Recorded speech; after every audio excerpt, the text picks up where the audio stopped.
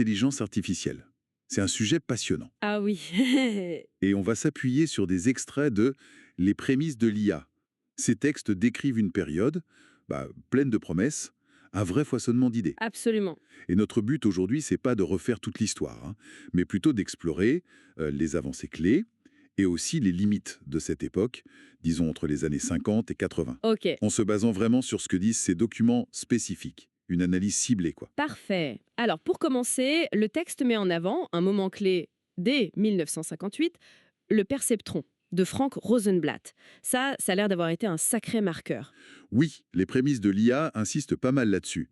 Et ce qui est fascinant, et le document le souligne bien, c'est que c'était la toute première tentative sérieuse de créer une machine capable d'apprendre par elle-même. Voilà, à partir d'exemples. C'était presque de la science-fiction pour l'époque.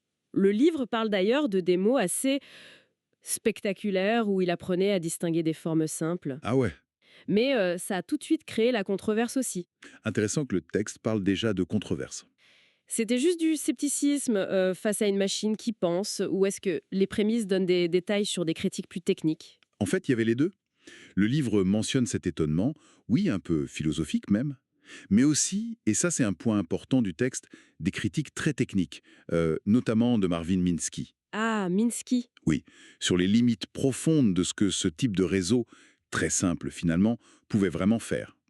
Le texte présente ça comme une première grosse divergence dans la communauté IA naissante. D'accord. Donc, départ sur les chapeaux de roue, mais déjà complexe. Si on avance un peu, les documents nous parlent des années 70. L'arrivée des systèmes experts. Exactement. Dendral, Missine, ces noms reviennent souvent. C'est ça, les prémices les présentent comme la suite un peu logique. On Ouais, essaye d'encoder la connaissance, le raisonnement d'experts humains, mais dans des domaines très précis. très spécialisés donc. Voilà, Dendral, c'était pour aider à identifier des molécules en chimie, et Mycine, pour le diagnostic d'infection sanguine.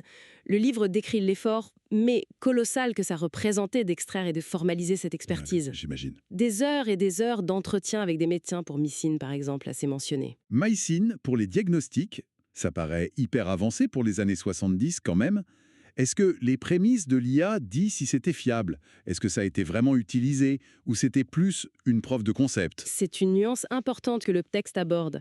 Mycine, apparemment, obtenait des résultats souvent comparables, voire meilleurs que des médecins non spécialistes lors des évaluations. C'est ce qui est dit. Ah, quand même. Oui. Mais les prémices précisent bien qu'il n'a en fait jamais été déployé en routine à l'hôpital.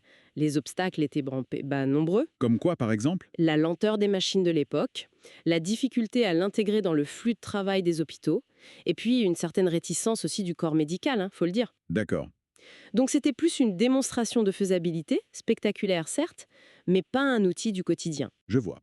On a donc l'apprentissage simple, puis cette tentative de raisonnement expert. Mais les documents montrent que l'élan s'est un peu cassé la figure. C'est là que ça coince sérieusement, c'est ça? Effectivement. Le point crucial, et c'est vraiment martelé dans les prémices, c'est le manque criant de puissance de calcul. Ah, le matériel. Voilà. Les ambitions étaient bien au-delà de ce que les ordinateurs de l'époque pouvaient faire. Le livre cite même un chercheur qui raconte sa frustration, de voir des idées géniales sur le papier, mais inapplicables, faute de MIPS et de mémoire. Et c'est cette frustration, ce décalage qui a mené à ce que le texte appelle l'hiver de l'IA. Précisément.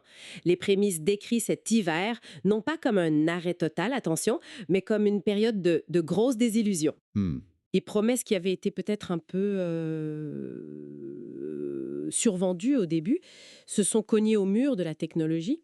Et le résultat, bien décrit dans les extraits, c'est une réduction drastique des financements. Ah oui, l'argent. Le nerf de la guerre, un scepticisme grandissant et un ralentissement net de la recherche, publique comme privée.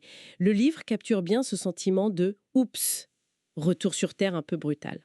Ok, bon, si on résume un peu ce que cette lecture nous apprend, on a eu l'étincelle du perceptron, l'apprentissage machine, puis la tentative d'application avec les systèmes experts, Dendral, Mycine, et enfin ce coup de froid, C'est ça. à cause des limites matérielles qui mènent à cet hiver de l'IA.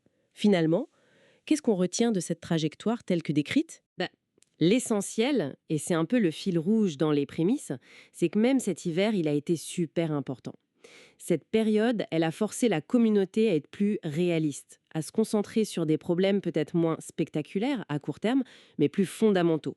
Ok, un mal pour un bien en quelque sorte. Voilà. Les fondations théoriques qui ont été posées pendant ces décennies, même si c'était dur, ce sont celles sur lesquelles repose une bonne partie de l'IA d'aujourd'hui.